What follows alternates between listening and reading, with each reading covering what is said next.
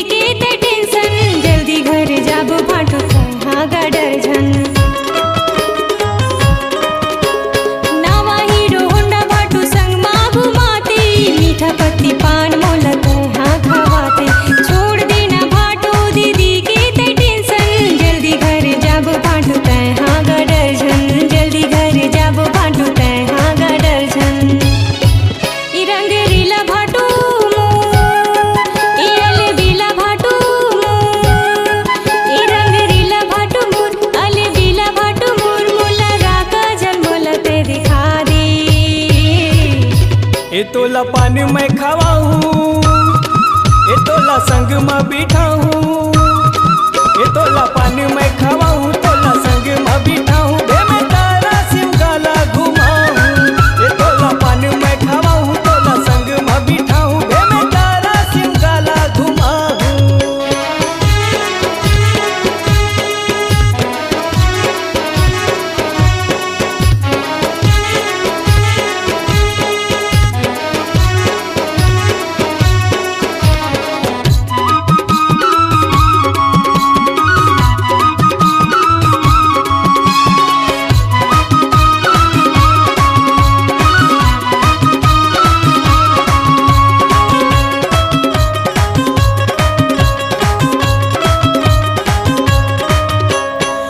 ये जमाना सारी भरम करते रही थे, तोरे मोरे माया तोर दीदी जलत रही थे, कैसे छोड़ा सारी तोर दीदी के टेंशन, किशन सेन कनौजिया के मती लते हर जन।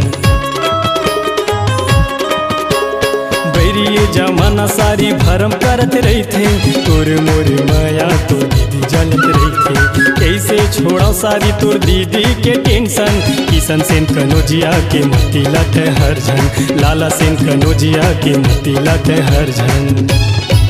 एक गजरेली सारी मोर ए रंग रेली सारी मोर, एक गजरेली सारी मोर रंग रेली सारी मोर, तोला राका झलमला में घुमाऊं, ए तोला पानी मैं खवाऊं, ए तोला संग में बिठाऊं, ए तोला पानी मैं खवाऊं, तोला संग में बिठाऊं, ए मैं तारा सिमगाला घुमाऊं, ए तोला पानी मैं खवाऊं, तोला संग में बिठाऊं, ए मैं तारा सिमगाला घुमाऊं। ई रंग रीला भाटू मोर, ई अलवीला भाटू मोर, ई रंग रीला भाटू मोर, अलवीला भाटू मोर, मोला राका झलमला तय दिखा दे, ए तोला पानी मैं खवाऊं,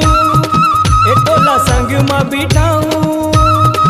ए तोला पानी मैं खवाऊं, तोला संग में बिठाऊं, ए मैं तारा सिमगाला घुमाऊं, मोला पानी तय खवा दे तोर संग में बिठा के, बे में तारा सिमगा तय घुमा दे,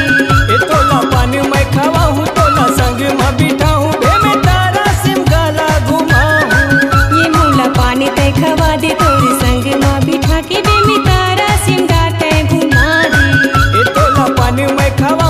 मोला संग में बिठाऊं बे मैं तारा सिम गला घुमाऊं। ये मोला पानी तय खवा दे तोर संग माँ बिठा के बे मैं तारा सिमगा तय घुमा दूं। आपकी आवाज ही आपकी पहचान है। यदि आप अपनी आवाज को एक नया आयाम देना चाहते हैं तो चले आइए मल्टी ट्रैक डिजिटल रिकॉर्डिंग के लिए AVM audio video studio Khamtarai Raipur. Mobile number 9301523929 और 7869646201। यदि आप नए एवं पुराने गीत सुनना चाहते हैं तो avmgana.com में जाकर गाना फ्री डाउनलोड करें और YouTube चैनल में AVM गाना और KK कैसेट्स को सब्सक्राइब करें।